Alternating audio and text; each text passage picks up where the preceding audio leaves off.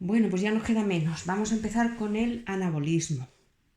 Os recuerdo que el anabolismo es cuando de moléculas sencillas vamos a formar moléculas más complejas y normalmente para este proceso necesitamos energía, porque vamos a hacer moléculas más grandes, tenemos que hacer enlaces químicos y para eso hace falta energía.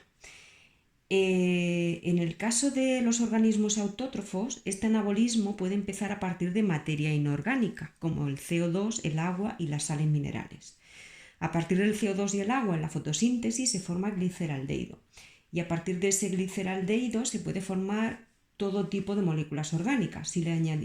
Directamente se puede formar glucosa y la glucosa puede dar lugar a polisacáridos si se trata de plantas, pues por ejemplo el almidón o la celulosa u otros, y también puede dar lugar a triglicéridos.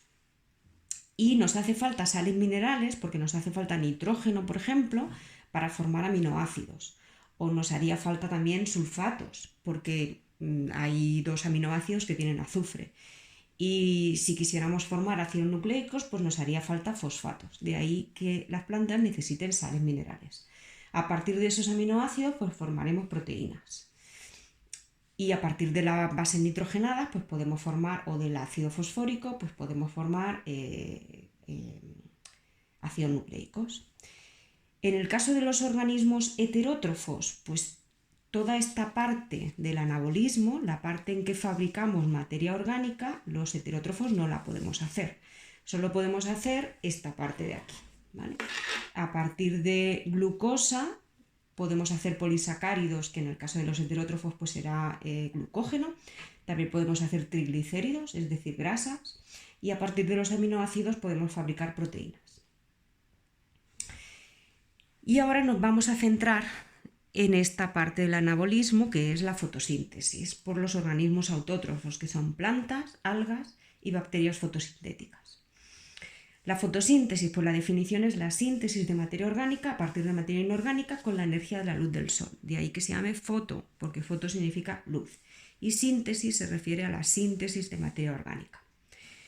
En las células eucariotas, como sabéis, pues se lleva a cabo en los cloroplastos y se realiza gracias a los pigmentos, porque la energía de la luz es captada por unas moléculas que son capaces de hacer eso, la captación de la luz, que se llaman pigmentos y que tienen color. En procariotas los pigmentos no están en los cloroplastos, sino que están en la membrana de la célula.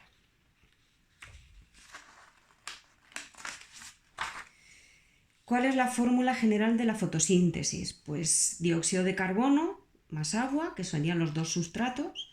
Gracias a la energía de la luz, pues podemos fabricar glucosa. La glucosa está puesta ahí como un representante de materia orgánica en realidad, porque en realidad en la fotosíntesis no se fabrica, no se sintetiza directamente glucosa, como ya veremos, ¿vale? Y en este proceso se libera oxígeno. ¿Cómo es que se libera oxígeno? Pues muy fácil. Para formar glucosa, que tiene 6 carbonos, necesito 6 moléculas de dióxido de carbono.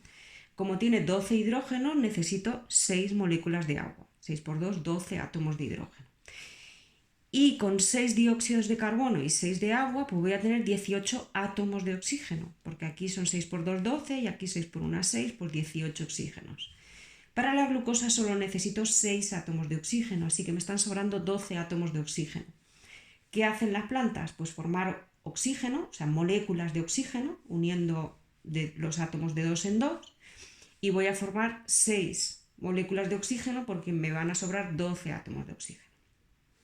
Y esto sería la fórmula general igualada, ¿vale? Con los 6 de oxígeno. ¿Cómo llega el agua? Pues entra a través de las raíces, sabéis que entra por presión osmótica, luego sube a través de los vasos conductores del xilema por capilaridad, y también porque en los agujeritos por donde entra el dióxido de carbono, que está en la superficie de las hojas, que se llaman estomas, por esos agujeritos también se evapora agua. Entonces, todos esos 3 fenómenos son los que mantienen la circulación del agua en las plantas: la presión osmótica, la capilaridad y se llama la transpiración, ¿vale? Evapotranspiración.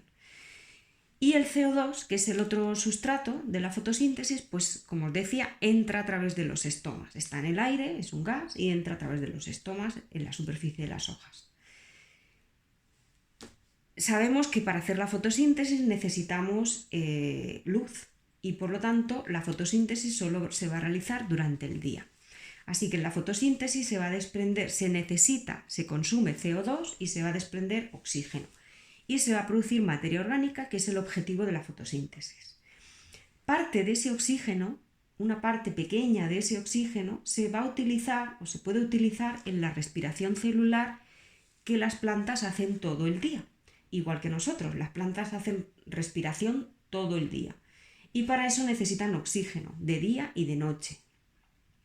Y esa respiración celular en las mitocondrias va a ser para obtener ATP.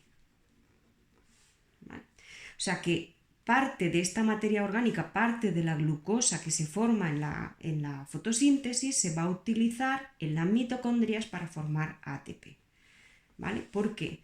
Pues porque el transporte activo en las plantas, que también hay a través de la membrana, funciona con ATP, no funciona con luz. Entonces las plantas necesitan luz para fabricar materia orgánica y esa materia orgánica la necesita para fabricar ATP para un montón de procesos que tienen lugar en las células de las plantas.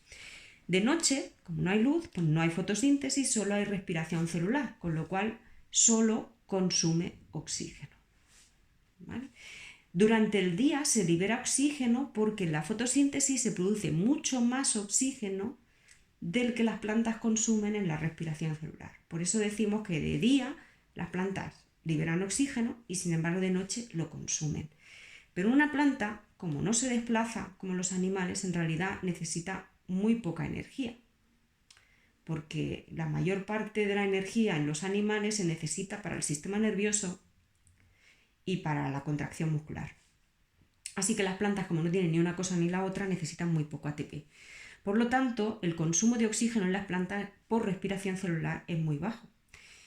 Y por eso, aunque las plantas de noche es verdad que consumen oxígeno en la respiración celular, no es importante, no te vas a morir si tienes una planta en tu habitación, porque en realidad consume muy poco oxígeno. Y en la habitación vamos a tener una planta pequeñita, que consume poco oxígeno. No tenemos un árbol plantado en la habitación, que sí consumiría más porque es más grande, ¿vale? Entonces es mucho más peligroso dormir con una pareja o con un hermano o con un abuelo o abuela que con una planta, ¿vale? Bueno, ¿cuáles son las fases de la fotosíntesis? Pues tiene dos fases. La fase que se llama dependiente de la luz, la que directamente necesita luz, si no, no se produce. Y luego está el ciclo de Calvin. El ciclo de Calvin también se llama fijación del CO2. ¿Vale? Es cuando se fija el CO2 y se produce la materia orgánica. En la fase dependiente de la luz, que tiene lugar en los tilacoides, esas vesículas que hay dentro de los cloroplastos, pues los productos que se obtienen son el oxígeno, por un lado, que se va a liberar, y lo más importante, ATP y NADPH, o sea, ATP y coenzima reducido. El coenzima que se utiliza en la fotosíntesis se parece mucho al NAD que hemos visto en el catabolismo, pero con un fósforo más, por eso se llama NADPH más H, ¿vale? El reducido. Y el ciclo de Calvin tiene lugar en el estroma, que es el espacio ese interno del cloroplasto, y el producto va a ser la materia orgánica.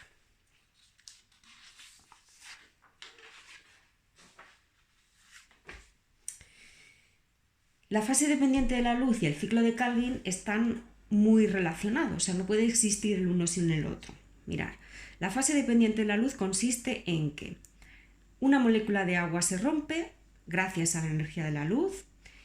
Eso se va a llamar fotólisis del agua, como ya veremos, y se van a producir 2 electrones, 2 protones y oxígeno, ¿vale? Los hidrógenos se van a transformar en electrones y protones.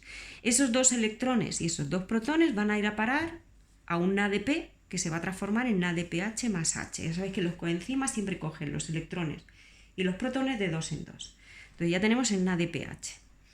Por otro lado, gracias a la energía de la luz y gracias a los pigmentos fotosintéticos y a una cadena transportadora de electrones, se va a fosforilar el ADP, ¿vale? Y se va a producir ATP. Esto se va a llamar fotofosforilación. Foto porque se va a producir la fosforilación del ADP gracias a la energía de la luz.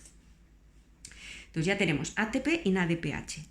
Este proceso que está en azul y este proceso de aquí es lo que ocurre en la fase dependiente de la luz. Y ahora el NADPH más H y el ATP se necesitan para el ciclo de Calvin, en el cual se fija el CO2 a materia orgánica. O sea, vamos metiendo carbonos y oxígeno para formar materia orgánica nueva.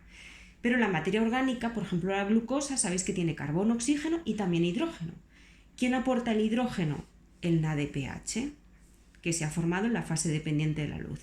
¿Quién aporta la energía para que se vayan uniendo los carbonos y para que se vaya metiendo el hidrógeno? El ATP, que también se ha formado en la fase dependiente de la luz. Y al ir fijando CO2, carbono, oxígeno e ir metiendo hidrógeno, pues vamos fabricando materia orgánica. La fase dependiente de la luz pues tiene estas 4 fases. La captación de la luz, esta captación de la luz aquí,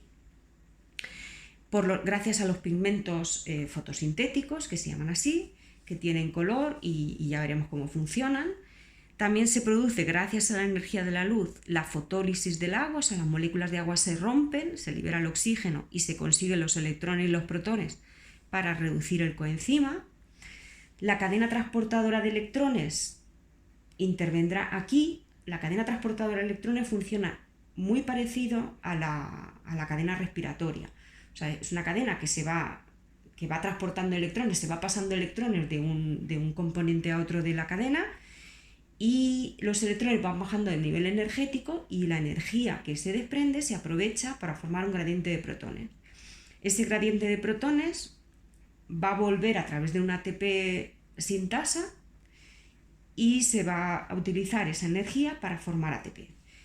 Y eso es lo que llamamos fotofosforilación. Bueno, pues hasta aquí. Y luego empezamos con la fase dependiente de la luz.